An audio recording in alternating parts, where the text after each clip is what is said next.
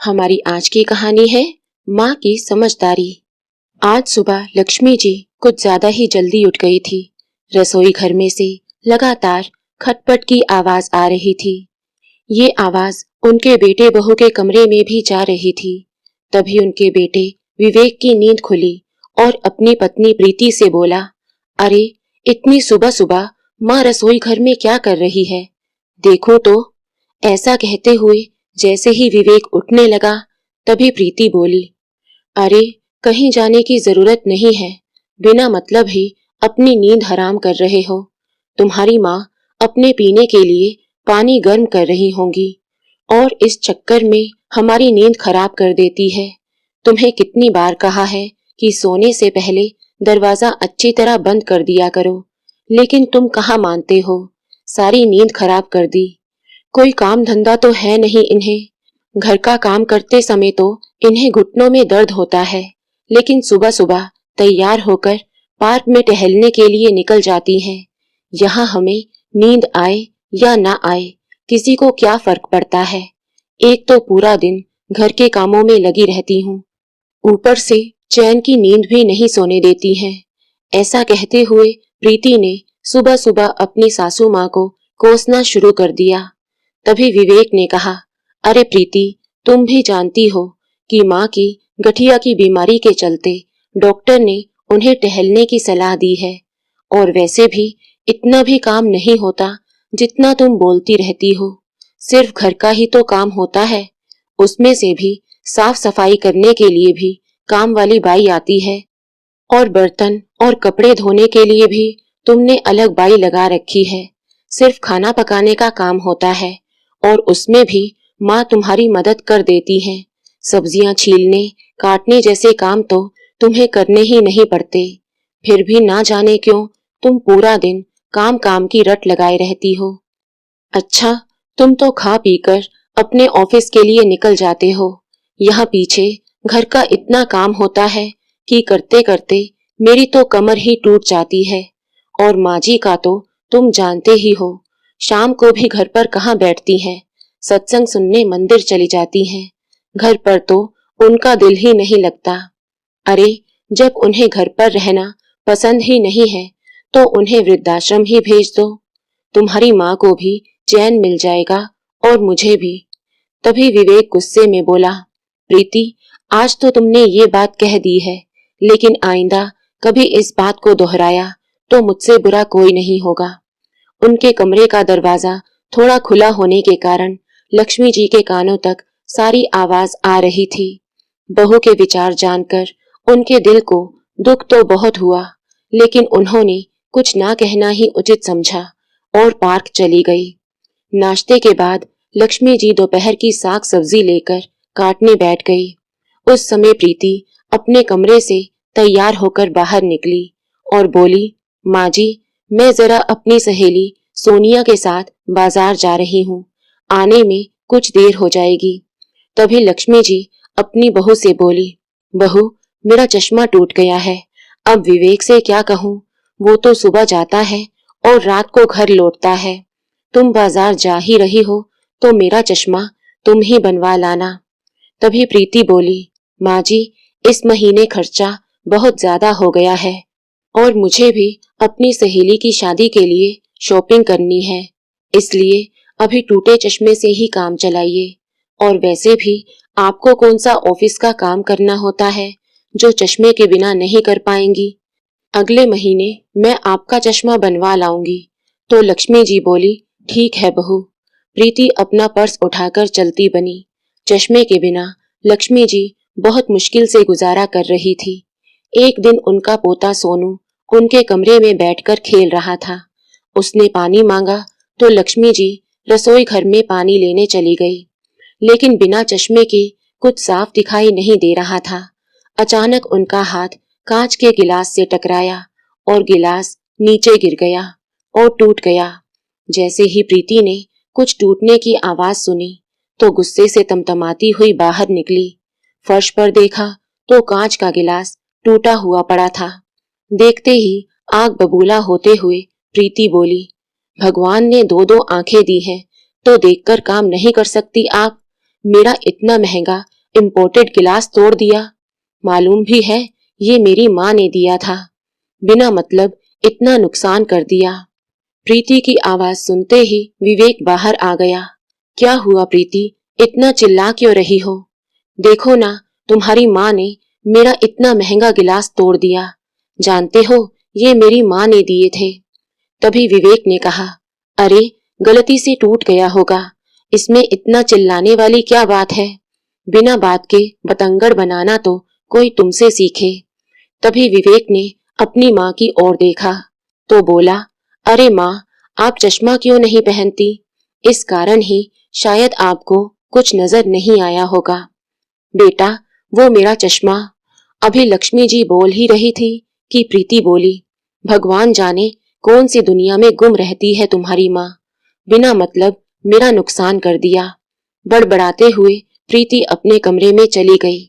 इधर लक्ष्मी जी को समझ नहीं आ रहा था कि आखिर उन्होंने ऐसा भी क्या कर दिया था जो उनकी बहू इतना बरस पड़ी।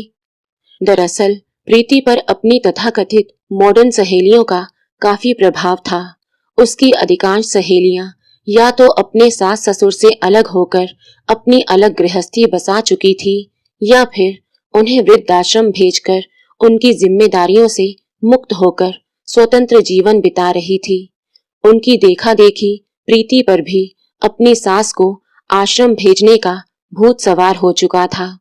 अक्सर प्रीति फोन पर ही चिपकी रहती, कभी अपनी सहेलियों के साथ अपनी सास की बुराई करती तो कभी माँ के साथ घर का सारा हालचाल बांटती। एक दिन जब प्रीति अपने घर की सारी बातें अपनी माँ को बता रही थी तो उसकी कुछ बातें लक्ष्मी जी के कानों में पड़ी। थोड़ी देर बाद वो अपनी बहू के पास आई और बोली, बहू, अपने ससुराल की सारी बातें मायके में बताना अच्छी बात नहीं होती। इतना सुनने की देर थी कि प्रीति एकदम भड़क गई और चिल्लाते हुए बोली, माँ जी, आपको इतनी भी तमीज नहीं है कि छिपकर किसी की बातें नहीं सुना करते? अपनी बहू की जासूसी करते हुए आपको बिल्कुल शर्म नहीं आई? प्रीति के इस तरह के व्यवहार से लक्ष्मी जी एकदम सन्न रह गई, लेकिन कहती भी तो किससे? बहू तो समझने को तैयार नहीं थी और बेटे को वो परेशान करना नहीं चाहती थी, इसलिए चुपचाप अपमान का घूंट पीकर सहन कर गई। लेकिन प्रीति चुप रहने वाली नहीं थी। रात को खाना खाने के बाद जैसे ही विवेक कमरे में आया, उसने फिर से वही जिद पकड़ ली, तुम्हारी माँ के रहते हुए तो मेरा जीना हराम हो चुका है। प्राइवेसी नाम की तो कोई चीज है ही नहीं। किसी से फोन पर बात तक नहीं कर सकती मैं। छोटी छोटी सी बातों पर लेक्चर सुनाने चली आती हैं। तुमसे कितनी बार कहा है कि अपनी माँ को वृद्धाश्रम भेज दो, लेकिन तुम हो कि सुनते ही नहीं। अरे वृद्धाश्रम तो इन जैसे बूढ़े लोगों के लिए ही बना हुआ है, और फिर तुम्हारी माँ को भी अपनी उम्र के लोग मिल जाएंगे तो उनका दिल भी लगा रहेगा। तभी विवेक बोला, प्रीति, बड़े बुजुर्ग अगर कुछ समझाते हैं तो हमारे भले के लिए ही समझाते हैं, लेकिन ये सब बातें तुम्हारे दिमाग से बाहर है। और मेरी एक बात कान खोल कर सुन लो कि मैं अपनी माँ को कभी वृद्धाश्रम नहीं भेजूंगा। तुम नहीं जानती कि मेरी माँ ने मेरे लिए कितने त्याग किए हैं, और आज जब उन्हें मेरी जरूरत है तो मैं उनका ख्याल भी ना रख सकूं तो लानत है मेरे बेटे होने पर। तभी प्रीति बोली, बस तुम्हें तो अपनी माँ के अलावा इस दुनिया में कोई दिखाई ही नहीं देता। फिर विवेक ने कहा, प्रीति, तुम नहीं जानती कितनी मुश्किलों से मेरी माँ ने मुझे पाल पोस कर बड़ा किया है। खुद भूखे रहकर माँ ने मुझे भर पेट खिलाया है। मैं केवल 10 साल का था जब पिताजी की मृत्यु हो गई थी, और उसके पश्चात माँ मुझे अकेला छोड़कर कहीं नौकरी भी नहीं कर सकती थी। इसलिए उन्होंने घर से ही टिफिन सर्विस शुरू की, और शाम को भी जो थोड़ा बहुत समय बचता था उस समय मुझे पढ़ाने के साथ साथ स्कूल के छोटे छोटे बच्चों को भी ट्यूशन देती थी। दिन रात मेहनत करते हुए माँ ने मुझे इस मुकाम तक पहुंचाया कि मैं आज इज्जत भरी जिंदगी जी रहा हूँ। भले ही माँ के पास इतने पैसे नहीं होते थे, लेकिन फिर भी मेरी हर एक डिमांड को पूरा करती थी मेरी माँ। कहते कहते ही विवेक की आंखों में आंसू आ गए और बोला, प्रीति, मैं सारी दुनिया को छोड़ सकता हूँ, लेकिन अपनी माँ को कभी नहीं। विवेक की बातें सुनकर प्रीति भी उस समय चुप हो गई और उसके बाद कुछ दिनों तक घर में शांति रही।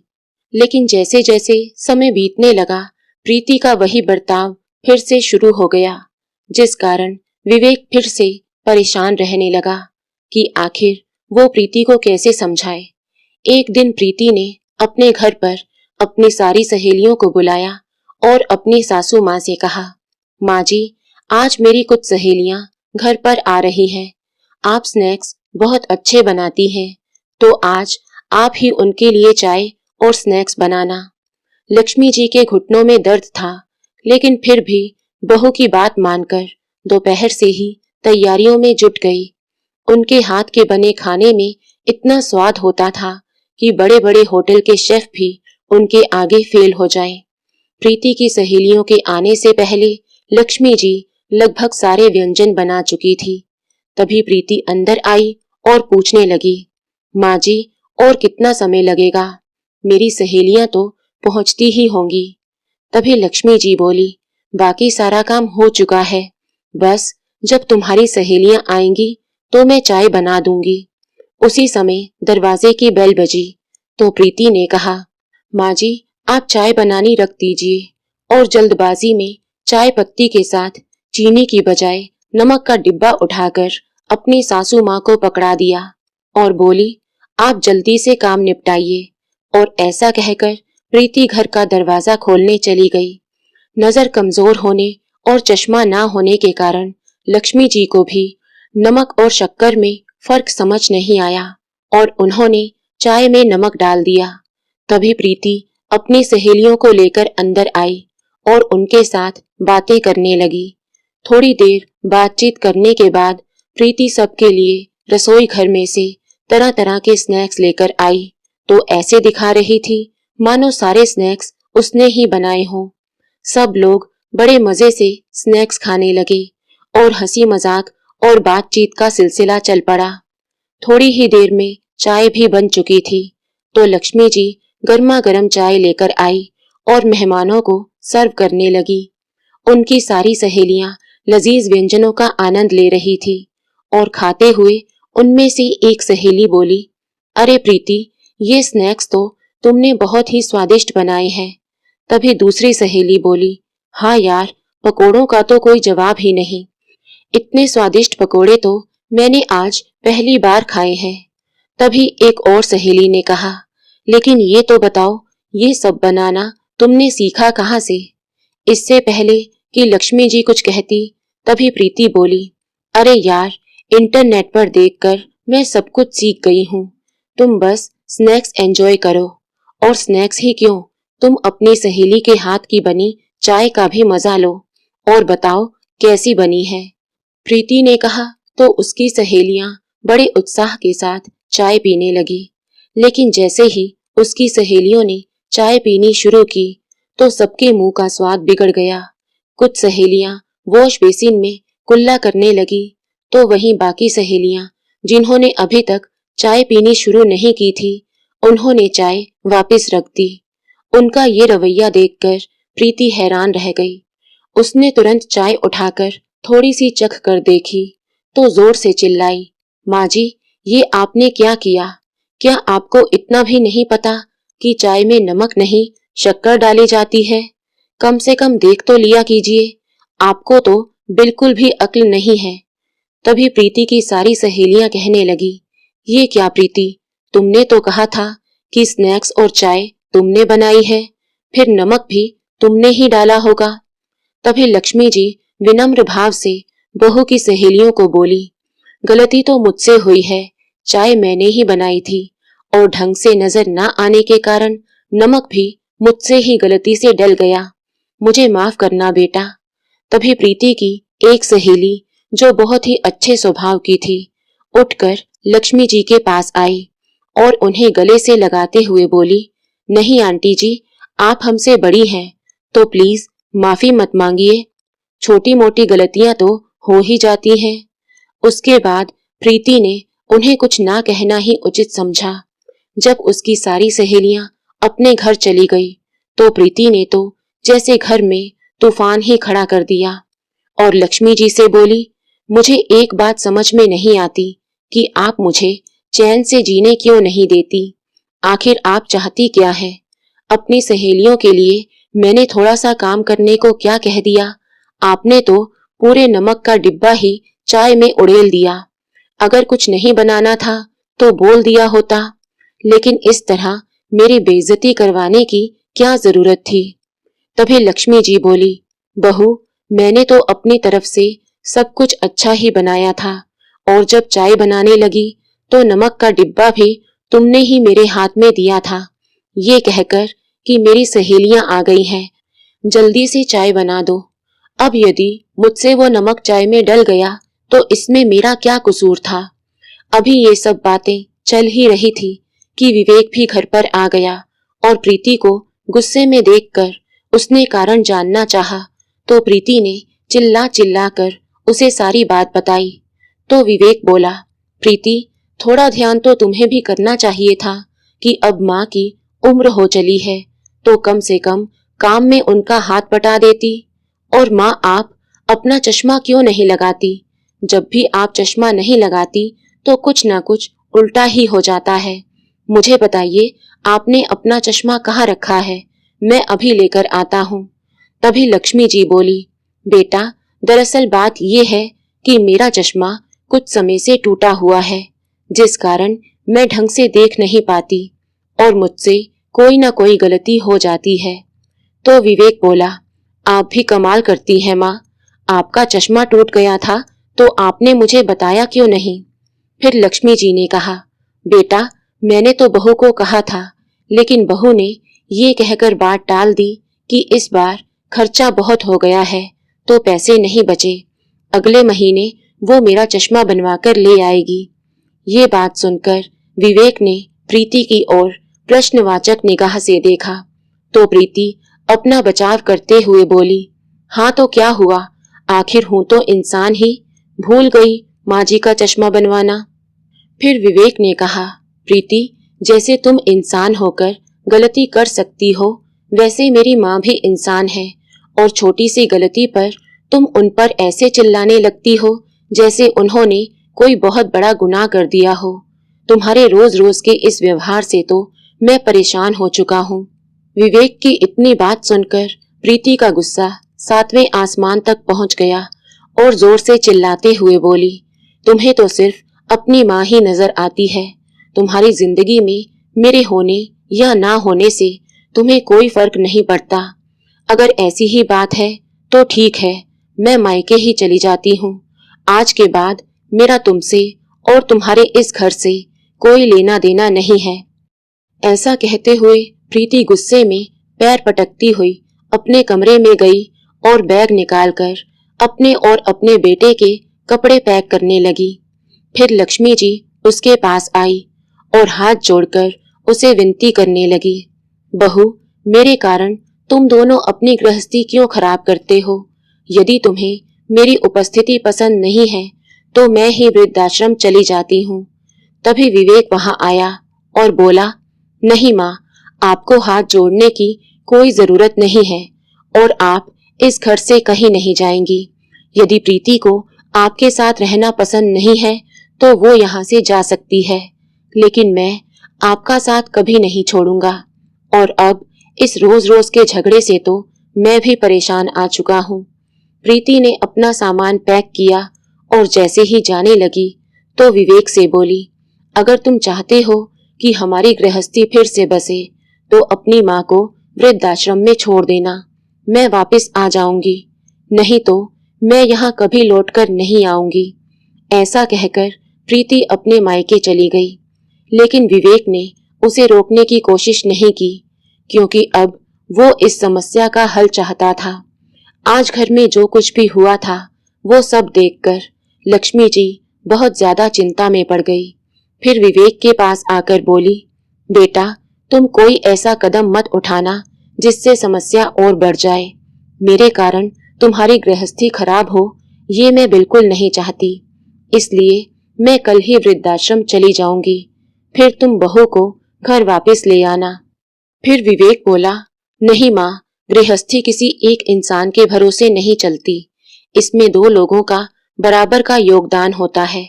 लेकिन यहाँ तुम्हारी बहू किसी भी तरह का योगदान देना ही नहीं चाहती। अब उसे उसकी भाषा में ही समझाना पड़ेगा। ऐसा सोचते हुए उसने कहीं फोन लगाया। उधर प्रीति जब ससुराल से झगड़ा करके अपने मायके आ गई तो उसके माँ बाप को उसकी चिंता सताने लगी, परंतु किसी ने उसे कुछ नहीं कहा। 2 दिन उसकी भाभी ने भी उसकी खूब खातिरदारी की, मगर तीसरे दिन जब प्रीति अपने माता पिता के साथ बैठी हुई थी तो उसकी भाभी ने खाना लगाया। खाने की प्लेट देखते ही प्रीति के पिता उसकी भाभी से बोले, बहू, सब्जी में तेल बहुत ही ज्यादा है। तुम्हें तो मालूम है कि मैं ब्लड प्रेशर का मरीज हूँ, इसलिए तेल थोड़ा कम डाला करो। तभी उसकी भाभी गुस्से से बोली, पिताजी, ये तो आपका रोज का काम है। कभी आपको सब्जी में तेल ज्यादा लगता है तो कभी चाय में शक्कर, और कुछ नहीं तो सूखी रोटी का रोना रोने लगते हैं। मैं तो परेशान हो गई हूँ इस रोज रोज की किटकिट से। बिना रुके सारा दिन काम में लगी रहती हूँ, ऊपर से आप लोगों की ये टोका टाकी। और फिर प्रीति की ओर देखते हुए उसकी भाभी बोली, आए दिन घर में कोई न कोई मेहमान आ जाता है तो उनकी खातिरदारी का जिम्मा भी मेरे सिर पर मढ़ दिया जाता है। ना तो मुझे यह प्राइवेसी मिल पाती है और ना ही मैं अपने हिसाब से जी पाती हूँ। अब मुझसे नहीं होती आप सब लोगों की खातिरदारी। मेरी अपनी भी जिंदगी है जिसे मैं आराम से जीना चाहती हूँ। थक गई हूँ सारा दिन आप सबकी नौकरी करते करते। अब मुझे आप लोगों से अलग रहना है।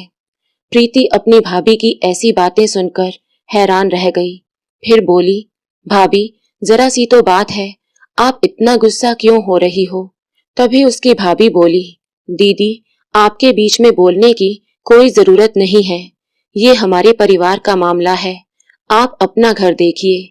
आप इस घर की मेहमान हैं तो मेहमान ही बनकर रहिए। फिर प्रीति गुस्से से बोली, भाभी, आपकी हिम्मत कैसे हुई मुझे मेहमान कहने की? इस घर की बेटी हूँ मैं, मेरा भी इस घर पर पूरा हक है। तभी उसकी भाभी कड़कती आवाज में बोली, जी नहीं दीदी, ये आपका घर नहीं है। आपका घर तो वो है जिसे आप छोड़कर यहाँ आकर बैठ गई हैं। अपनी भाभी को ऐसे बोलते देख प्रीति तो उसे देखती ही रह गई। उसे अपनी भाभी का ये व्यवहार बहुत बुरा लगा। फिर थोड़ा संयम रखकर प्रीति बोली, भाभी, लेकिन पापा ने ऐसा भी क्या कह दिया था जो आप इतना चिढ़ गई और अब अलग रहने की बात कर रही हैं? मुझे तो हैरानी हो रही है। आप तो कभी ऐसी नहीं थी। आप तो हमेशा हंसते हुए सारे घर का काम करती थी और माँ बाबूजी दोनों को खूब इज्जत देती थी। लेकिन अब ऐसा क्या हो गया कि आप पिता समान अपने ससुर के साथ इतना बुरा व्यवहार कर रही हैं?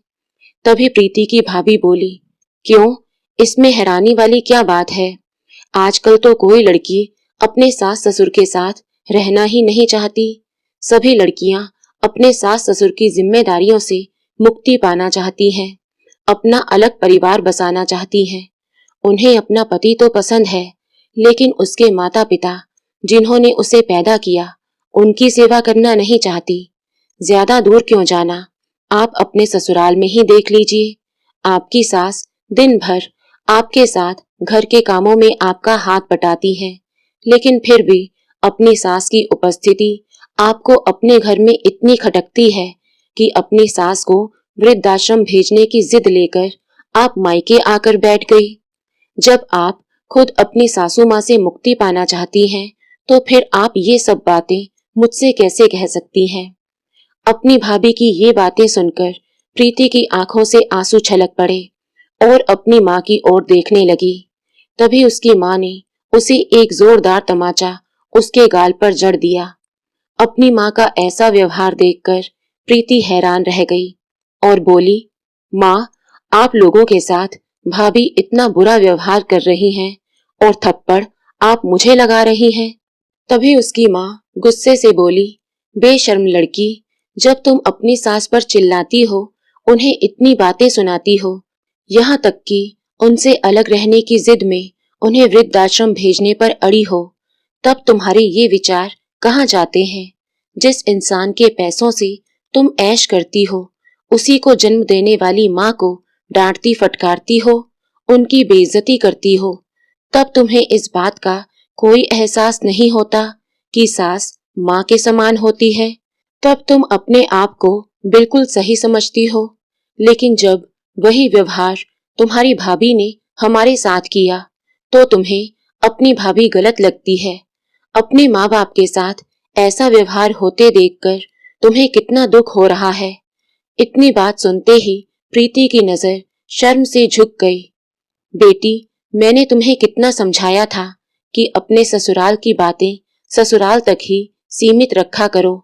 अपने मायके में कोई बात बताने की जरूरत नहीं है। हमारी परवरिश तो ऐसी नहीं थी। मैंने कभी तुझे कोई गलत सलाह नहीं दी, लेकिन आज तूने जो हरकत की है, उसके कारण हमारी परवरिश पर भी सवाल उठेंगे। तेरे ससुराल वाले तो यही सोचेंगे कि तेरी माँ ने ही तुझे अपनी सास को वृद्धाश्रम भेजने की सलाह दी है, गलत बातें सिखाई हैं। क्या आज से पहले तूने अपनी भाभी को इस तरह हम लोगों से बात करते हुए देखा है? अरे, वो तो कभी ऊंची आवाज में बात तक नहीं करती थी, लेकिन तुम्हारी देखा देखी तुम्हारी भाभी पर भी गलत प्रभाव पड़ रहा है।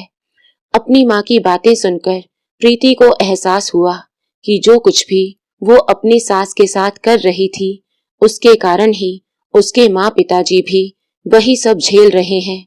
आखिर एक इंसान जो भी करता है, वही उसके सामने आता है। यही कुदरत का अटल नियम है। बहुत देर वो सोच विचार में बैठी रही। रात हो चुकी थी, लेकिन उसे नींद नहीं आ रही थी। अगले दिन सुबह होते ही प्रीति ने अपना सामान पैक कर लिया और अपने ससुराल वापस लौट आई।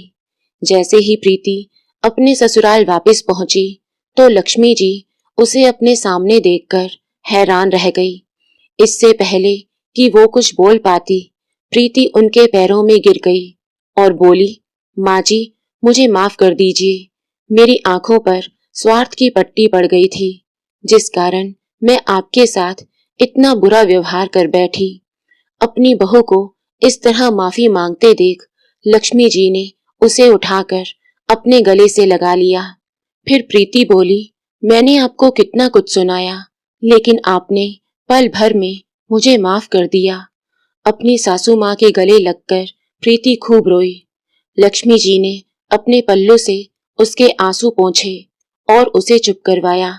लेकिन लक्ष्मी जी ये बात समझ नहीं पा रही थी कि आखिर 2 दिन में ऐसा क्या हो गया जो प्रीति उल्टे पांव वापस आ गई और रोते हुए उनसे माफी मांगने लगी। विवेक, जो ऑफिस जाने के लिए अपने कमरे में तैयार हो रहा था, प्रीति की आवाज सुनकर बाहर निकला। सास बहू को इस तरह गले लगते देख उसके चेहरे पर मुस्कान आ गई। तैयार होकर घर से बाहर निकला तो सबसे पहले उसने अपनी सासू माँ को फोन लगाया और उनकी मदद के लिए उन्हें शुक्रिया अदा करते हुए बोला, माँ जी, धन्य है आप।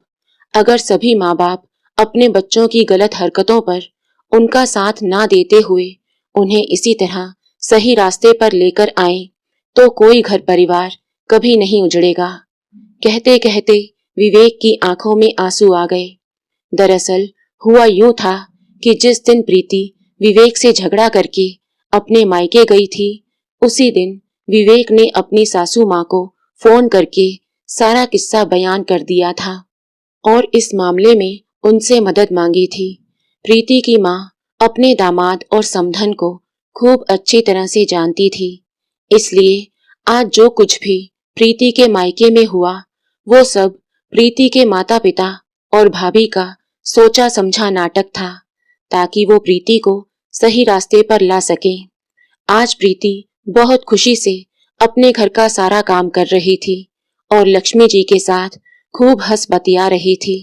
जब विवेक घर लौटा तो चीखने चिल्लाने की आवाजों के स्थान पर हंसी ठिठोली की आवाजें पूरे घर में गूंज रही थी।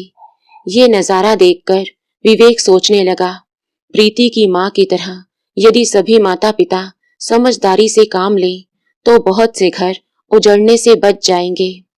तो दोस्तों, आपको ये कहानी कैसी लगी?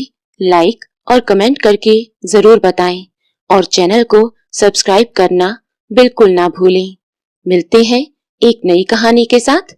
बहुत बहुत धन्यवाद।